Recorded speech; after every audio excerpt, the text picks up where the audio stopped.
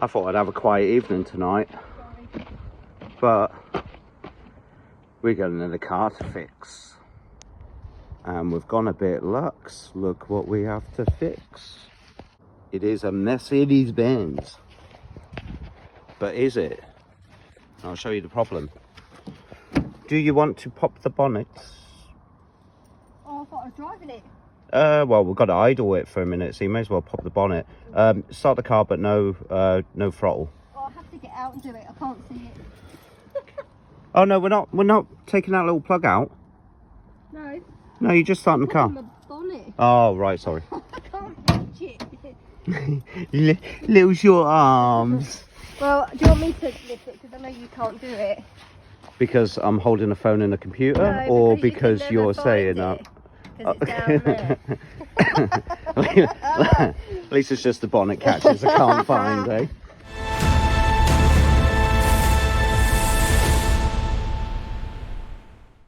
You ain't going to be able to see this, are you? So I'm going to put a flash on. Right, so what has happened? Basically, there's been some engine cover violence taking place in here, which has basically upset a little wire or a sensor, which I've completely pulled all out, blew on them, technical kind of process, put them all back in, plugged my computer in and spoke to the car. So we need to get that off because that's broken. So 1 minute. Oh, there's a little secret about this car. So at this point it's a Mercedes. At this point it's a Renault Clio. It's not a Renault Clio. It's a Renault Clio engine. It's not. Ali doesn't like it being called, not. but it's very modern. It's a dirty French girl who identifies as a German. He's not going to see next Christmas. I am. She's only little, but There's actually, one to watch. if the one thing I've learned from the weekend is I can revive French cars. So Ali might be in for a treat. You can talk French, can you? Oui, bonjour. That's what. Mercedes. Clio. Mercedes.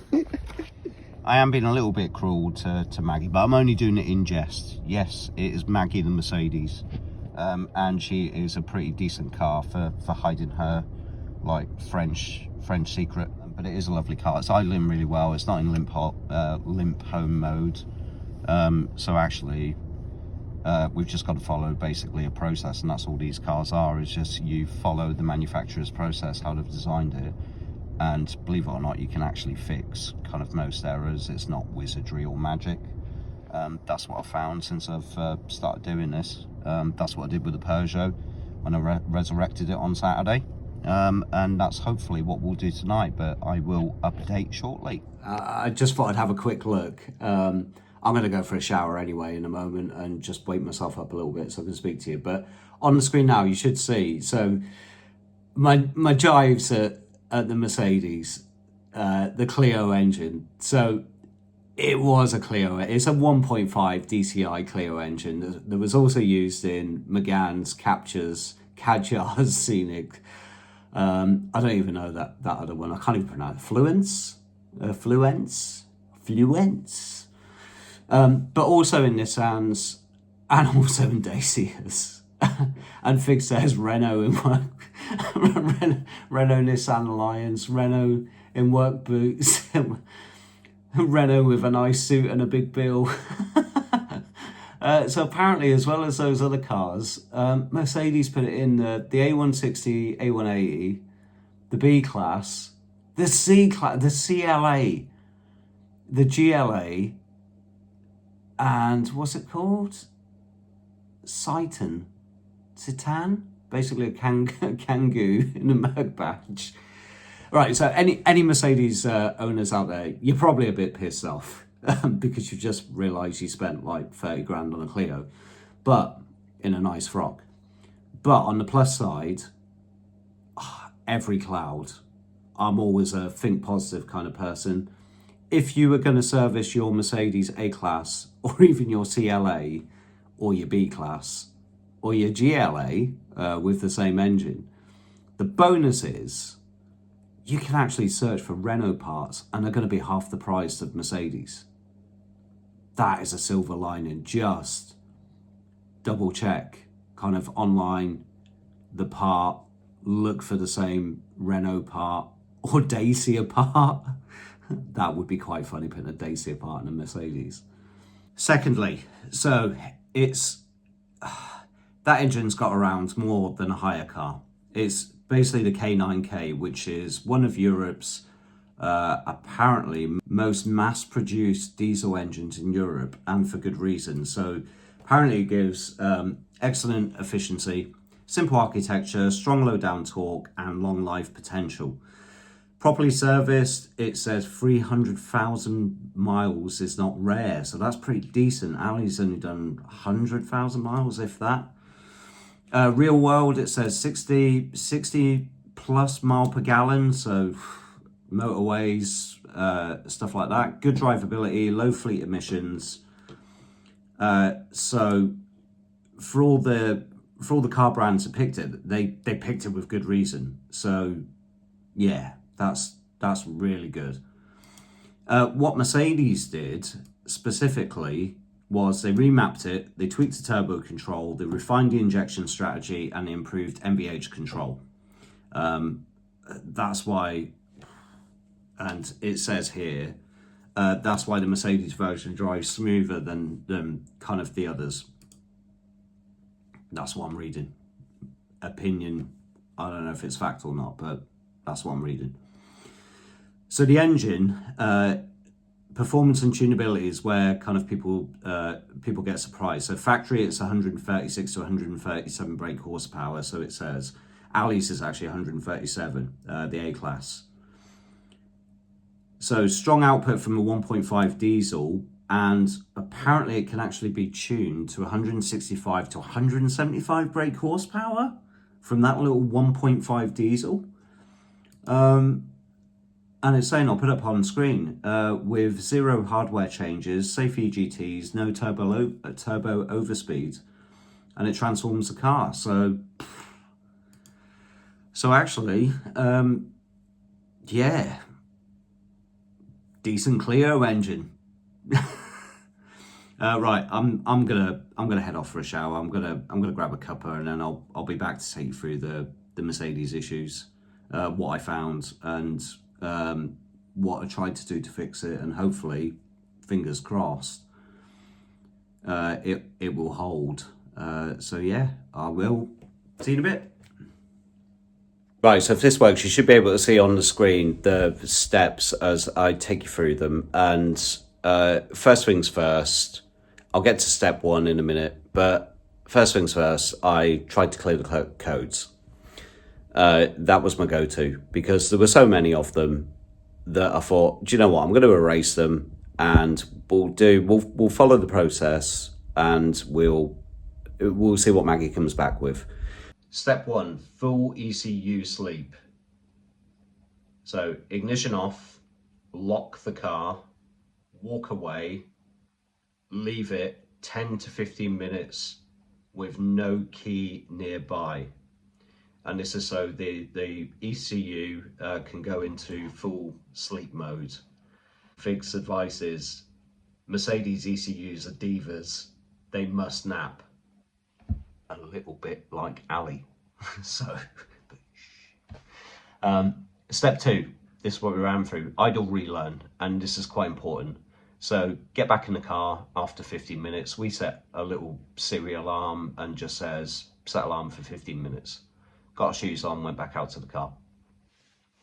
The idle relearn, get back in the car, start the engine, no throttle at all. Now what we want to do here is actually let it idle for 10 minutes. We don't want any spurious inputs or any inputs whatsoever. We just want to leave the bloody thing alone and let Maggie speak to her sensors, check the condition of how they're running, check all the fuel trims, check the airflow at idle, and for her to be solely focused on that task. It's a system at the end of the day. We want her to look at the condition of kind of all of those sensors and how she's running, and we want her to compare that kind of against the parameters that she has stored in her system by the Mercedes factory when she was built. So she's saying, what do they look like? What am I supposed to see? Am I seeing that? That is in layman's terms. Following that, it's now time for the gentle proof of life drive, which we did. And it doesn't take actually that long, guys. It really doesn't. So 10 to 15 minutes drive, steady cruise, which was quite difficult for Ali because we all know what Mercedes owners are like. She may be little, but she's got one heavy right foot. Proof of life drive, 10 to 15 minutes, 40 to 50, keeping it at 2,500 revs, kind of where possible. And we just want a smooth ride so that Maggie again can look at the condition at 40 to 50, look at her parameters, and again go, right, so is this what I should be seeing kind of at this state? That's what it's looking for. It then says, do a gentle kind of taking it up to 60. And it is gentle, and that was quite hard for Ali, and that's why I couldn't film it, because I'm saying gentle, you got to drive it like a little old lady. That's what you've got to do. And it was a bit annoying because we did have a little old lady in front of us and like a fucking Toyota Yaris. We're trying to get up to 40, 50. She's driving like 28 or 30 on a 60 road, which pissed the hell off. Like with Ali, she was like, fucking hell, I've got to get this up to 40, 50. Which was quite funny. I wish to God I filmed that because it was funny for that bit, but I didn't want to say anything. So no thrashing it. Take it up to 60 a couple of times, just to change it and just to say, this is 40 and 50 condition. This is what happens kind of when we take it up to 60, and Maggie goes, okay, right, I've got an input, we're up to 60. What am I seeing again? Different conditions. Does that match the parameters I've got stored? She adjusts, fuel trims, air, everything kind of in. So we did that. No thrashing, no start-stop chaos. So you're better off actually doing it kind of at night. So what that does is that completes the OBD readiness monitor for airflow and boost. So that's what Fig's telling me. Now, this is what it says. What should happen after that? Best case scenario, that engine light goes out mid-drive. Fortunately, it didn't. The next best scenario, light goes out after the next cold start. So I'm hoping to hear from Ali in the morning that she's got in, cold start, turned the key, clutch down, turns it on, that engine light goes out. That is what I'm so hoping for in the morning. Good morning. I am just about to start work, but just thought I would quickly do an update, and we're going to check in with the missus to see if following the process, German process for a French engine, which feels really weird to me, but anyway, we'll see if that has actually cleared the light. If not, we've got some daylight. I'm hoping it's fixed because I don't want to spend the lunch break basically in my head in a car and then get back to my real proper job, which I'm doing. So fingers crossed. Tell me your other half's been in your car without telling me. Yeah, but has it fixed it? Come on, come on, come on, come on, come on, come on, please. Right, guys, here we go. Moment of truth. Is that little light down there going to go out?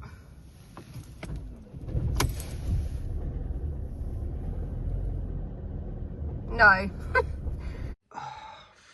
Fucking hell. Right, lunchtime mechanic it is. Right, so day 2 with the Mercedes. It's now lunchtime, so I'm gonna have to be really quick to do this, but all you've seen so far is me or the missus, so I'm gonna show you basically what I'm gonna try and do to fix it. First of all, follow the trail of destruction to eliminate problems. Here's what we think is wrong. Let's just clear this out of the way. There has been some engine cover violence going on. So if we imagine kind of this is on the engine and someone has been pressing down on it to try and get it to sit, it's never going to sit. Definitely not now. We've upset, let's say, some sensors on this side. So MAF sensor, any wires, ignition kind of at the back, maybe up here. So that's where we're going to look at. But first things first, we're going to plug the computer in. Now it's been driven and sat, and we're going to see if we've got a permanent code or an intermittent code, which might help us point in the right direction before I open the bonnet and start getting in there again. Right, so we're all plugged in. Engine is in the on position, car not started. We've fired this up, we've plugged it in. Let's have a look and see if we can find where the problem is, and hopefully it pinpoints me, because I haven't got that much time and I do not want to piss off two bosses, the one at work and the one at home. Let's do a search, and obviously I'm not going to share the VIN, so catch you in a minute. Right, we're in, so we're going to do a quick scan and hopefully we will see what we've got. So we had a fault kind of come up on this, so I'm expecting engine electronics to still have a fault potentially in there, and a lot of them are stored codes. There we go, fault 4. There were quite a few other stored faults as well, but they were for like wing mirrors and stuff, which obviously with an engine cover's not basically affected. And actually all of those are gone. So I've clearly cleared it last night. Actually, I'm not going to speak too soon, but it's looking pretty good. And this is so much faster than that 2008 Peugeot. Oh my god, it takes like half an hour to scan all of the codes on that Peugeot. So everything's going through. We're looking pretty good so far. So hopefully now we've got a permanent code. And where are we? Oh, we're getting there. 56 of 64.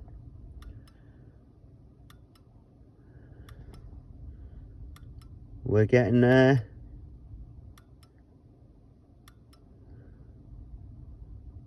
You legend. Right, all of those other faults have now gone. Maggie is working through her trust issues. Let's have a look and see what we've got on CDI engine electronics. We have 4 faults apparently. So let's dive in. Let's read the codes. And we'll see if we've got stored codes or permanents.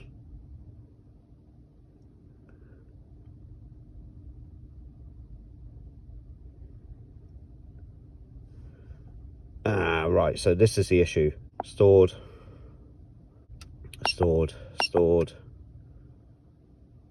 Shit, so that's not very helpful. Let's have a look. Exhaust back pressure sensor 1 has a malfunction. The mechanical setup is not okay. Right, I'll have to have a look at that one in a minute. The fuel injector cylinder 3 has an electrical fault or an open circuit. The signal has too many pulses. The fuel injector cylinder 1, we'll have a look and see. No idea, I'm just learning this, guys, as I'm going on, but I'm going to check these codes kind of properly in a moment and report back. Right, so I've just been researching all of these codes. Anyway, what's going on here?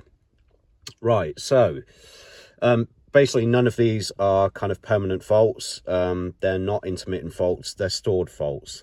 What's generated kind of the engine light yesterday, and why they stored faults? Well, the battery that was in this was 11 years old and it died in October, November. As it died, it stored kind of emission data codes and kind of other faults in the ECU. They weren't enough kind of at the time to trigger an engine light or warning light. And unfortunately, kind of everything's been fine. I fitted a new battery, all good. Ali's been driving it. She took it on a massive journey, round trip yesterday. The slight violence to the engine cover has actually kind of moved like a sensor slightly, or moved a wiring or something like that.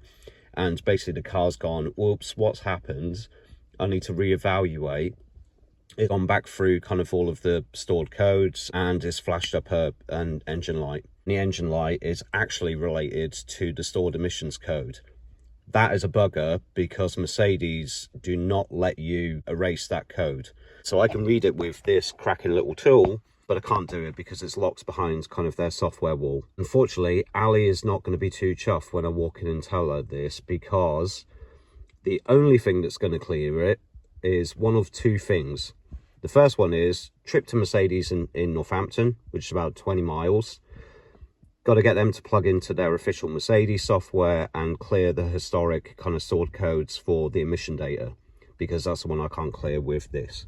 The other one, and this is interim option, with kind of repeated cold starts, startups, idling, and actually running the car, the thing may actually clear on its own over the next 3 weeks. So I reckon the solution is, I'm not going to mess around with it anymore, because it would just be me wasting my time. So I'm going to go in and basically recommend to Ali, drive it around for the next couple of weeks. If it doesn't clear, then we're going to have to go to Mercedes, just for them to plug in and race the emissions code. That's what we're going to have to do. And hopefully they won't try and charge us like £400 or something, because it is literally, I don't want a full diagnostics of the car, clear that bloody emissions code. But we'll see what happens next. Good morning, Fraulein. You still sick? Bless you. Let's see what we can do. Bonjour, madame. Be good. Good morning. So it's Saturday. I've got a little bit more time to spend with Maggie before Ali heads off for a shift. So I'm gonna plug back in and see again what I can find. I'm a big believer of kind of, you get to the point where you're about to give up, and if you go that extra step, you normally come up with a solution. So that's the hope. We'll see. Right, I took the piss out of Ali last night for a short arms, but I am bloody struggling with this as well. So, it's right at the bloody back. Thank you, Mercedes. Right, what way?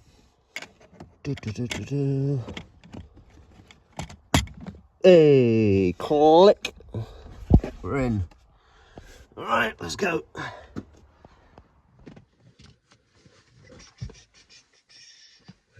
The keys. Alright, here we go. Ignition on. We are in. Doors locked. Right, so ignition in again. Turn to the on position, don't start. Fuel pump, AC on. Let's turn the AC off. That one.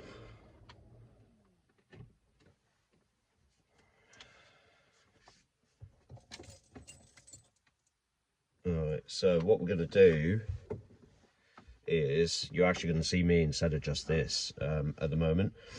So we're going to run diagnostics again, just to have a look and see if Maggie is gonna tell me anything again. So we'll try once more. What is the worst that can happen, honestly? So let's have a go. So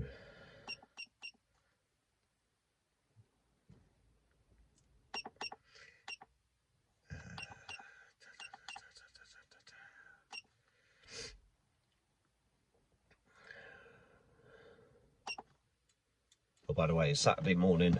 I am shattered because it's been a long old week back at work, as I'm sure it has for everyone else, kind of, or anyone else watching this video. Bit of a shock to the system, and to top it all off, I am used to now staying up late, being the winter, being Christmas, and I've not got back into my regular sleep patterns yet, so I am shattered. And I'm just going to have a quick look at this before the missus heads off to work. Right, so quick scan, let's see what we've got. Alright, so not sure if you can see it. I'm trying to get the glare out of the way.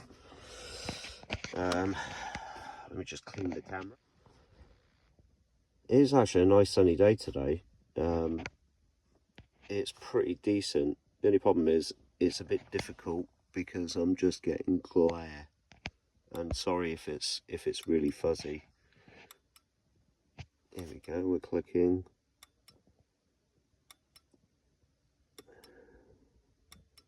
It's so quick. This is on this car. I absolutely love it. It's quick on mine as well. Right, here we go. So, same result really. Nothing new. Everything else has passed. We've still got 4 faults on the CDI engine electronics. So, let's see. Just go in, just for curiosity's sake, and let's have a look and see if anything's changed from flipping heck. Annoying. Right. Stay. Let me clean. Eat this. Alright, let's have a look. So, same ones. Exhaust back pressure, sensor 1. Stored. Fuel injector system, stored. Yes. So, trust issues. Alright, what I'm going to do is I am going to idle the car. I'm going to bring her up to temperature. Actually, before I do you know what I'm going to do? Let's get rid of them. Clear codes. Yes. Codes cleaned. Fantastic. Right. Back.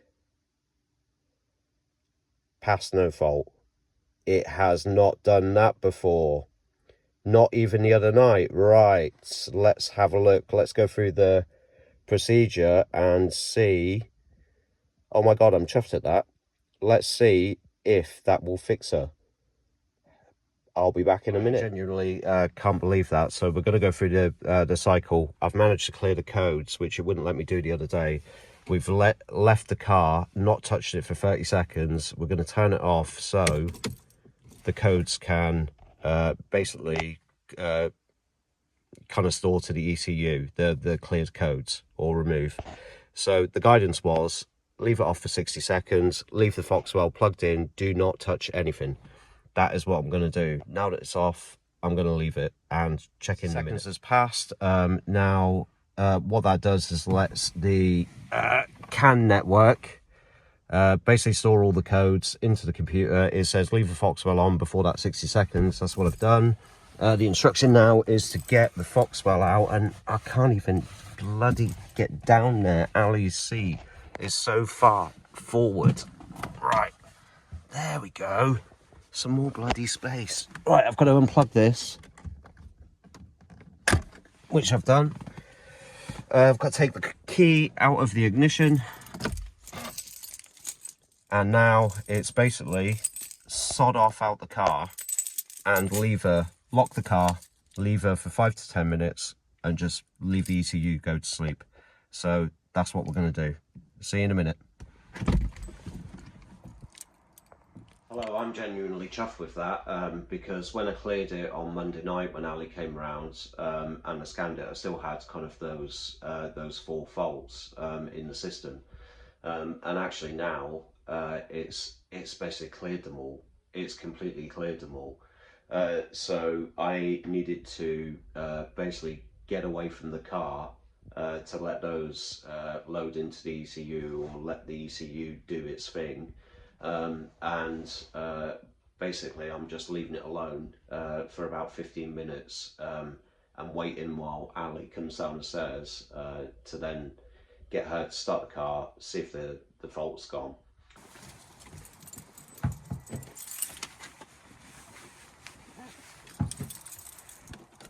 Moment of truth.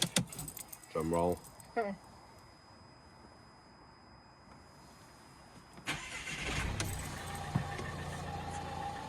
Gone. Whoop whoop, it's gone. Yay! You chuffed? Yay! I was annoyed because it went off and then the next day it came back on and I was like, why is it doing that? Yeah. But oh, that's amazing. There you go, right. Turn that off. Yeah, that's me immediately. If I ever did get monetised, it's gone. Oh dear. But yeah, okay. Right, love you. Right. See you after Thank work. you very much. Bye. Mwah.